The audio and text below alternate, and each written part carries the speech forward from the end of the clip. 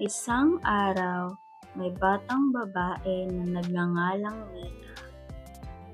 Siya ay masayahin, palakaibigan, at mahilig tumingin sa langit.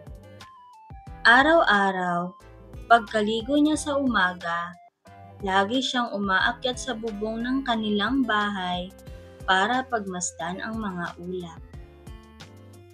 Ang ganda talaga ng mga ulap. Parang mga bulak na may buhay.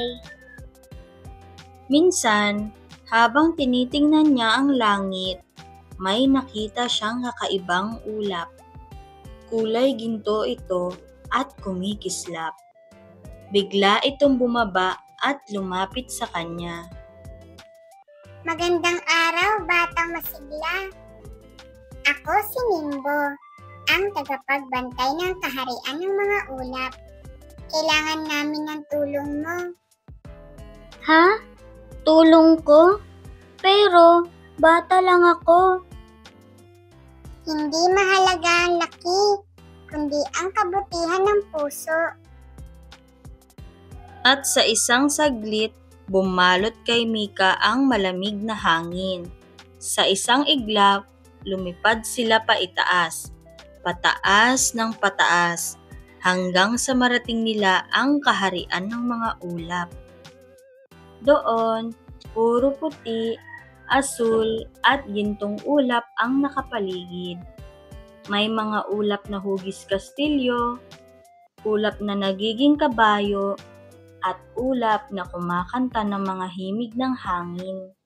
Ngunit, mapapansin ni Mika na may isang bahagi ng langit na madilim. Bakit po doon puro itim ang ulap? Doon nakatira si Kulimlim, dating ulap na mabait. Ngunit ngayon ay galit sa lahat. Kinuha niya ang araw na ulap, ang liwanag ng aming kaharian. Kapag hindi natin nabawi iyon, hindi na muling sisikat ang araw sa ibaba. Gusto kong tumulong. Sabi ni Mika na puno ng tapang. Kaya't binigyan siya ni Nimbo ng singsing na gawa sa hamog. Nagbibigay ito ng lakas ng hangin. Sumakay sila sa isang ulap na kabayo at lumipad patungo sa madilim na bahagi ng langit.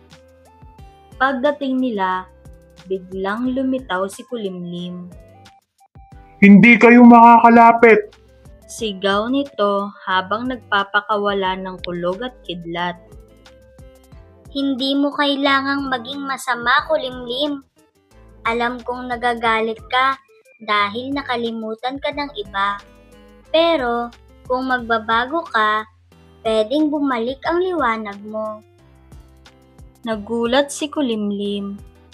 Matagal na kasi siyang walang nakakausap ng ganon kabait. Dahan-dahan, lumiwanag ang paligid at unti-unting nagbago ang kulay ng kanyang ulap.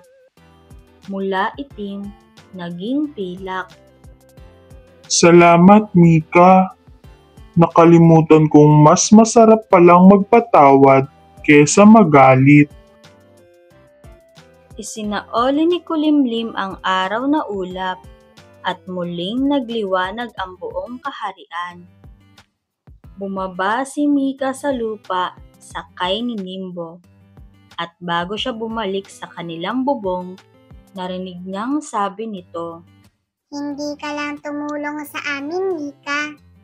Tinuruan mo kaming magmahal ulit. Mula noon, tuwing tumitingala si Mika sa langit, tila nakikita niyang nakangiti ang mga ulap sa kanya. At sa tuwing may ulap na hugis puso, alam niyang pinapadalhan siya ng salamat mula sa kaharian ng mga ulap. Aral ng kwento. Ang kabaitan at tapang, gaano man kaliit ang tao, ay may kakayahang magdala ng liwanag sa mundo.